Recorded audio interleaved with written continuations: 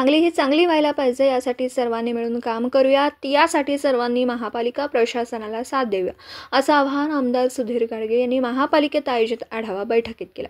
आज महापालिकेत आमदार सुधीर गाडगे यांच्या अध्यक्षतेखाली आढावा बैठक आयोजित करण्यात आली होती।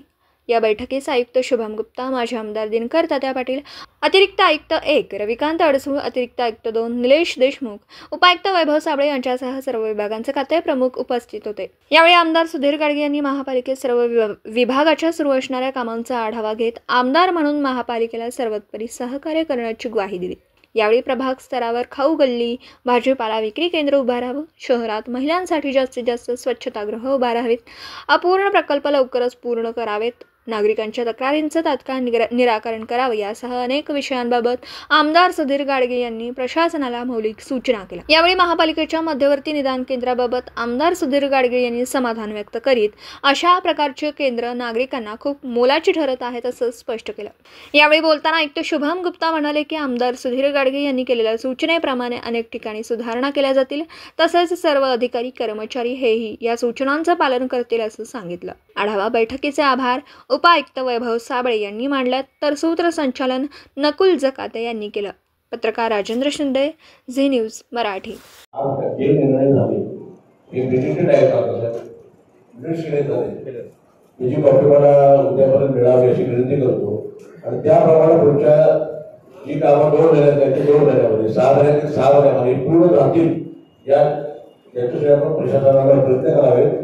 तुम्हाला जी काय मदत लागेल माझ्या माध्यमातून मी 100% तुम्हाला करीन। आणि सांगली चांगल्या प्रमाणे प्रत्येक अधिकाऱ्याने हे आपलं गाव आहे असं म्हणून जर काम केलं ते काम चांगलं होऊ शकतं। आता कसं असतं, हे सगळे अधिकारी आज येतात 2 वर्ष जातात, पण ह्याने केलेलं काम पण लोक लक्षात ठेवलेलं पण आहे, चांगलं काम झालं। तर मला वाटते की आपली सर्वांची जबाबदारी आहे की सांगली ही चांगली कशी होईल आणि युनिव्हर्सिटी सिटी व्हायला पाहिजे। तर हळूहळू माणसाला आनंद मिळाला असेल ही सिटी झाली पाहिजे यासाठी आपण प्रयत्न करू। दादा घरपट्टी त्यावेळा युनिट रेट होता 5 रुपये युनिव्हर्सिटीचा, तेव्हा आपले 33,000 दिली होती। आता कंपनीनं 42,797 दिली बसले। आता युनिटचा रेट जवळपास 11 रुपयाच्या आसपास गेला आहे। म्हणजे अपेक्षित होतं की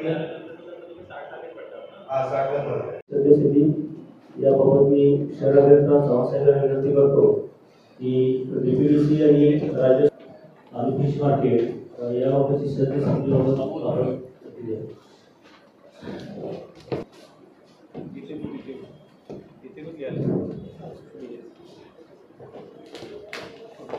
जिल्हास्तरावरून 22 मंजूर झाली होती, त्यातली 160 काम आपले नंतर 23-24 मध्ये 100 प्रयोजित आहे।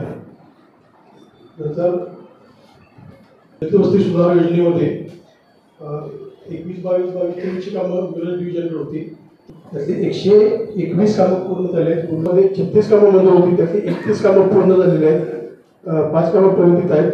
आणि 23-24 मध्ये 14 कामं मंजूर होती, त्यातली 10 कामं पूर्ण झालेली आहेत, 4 कामं प्रगतीत आहेत। सन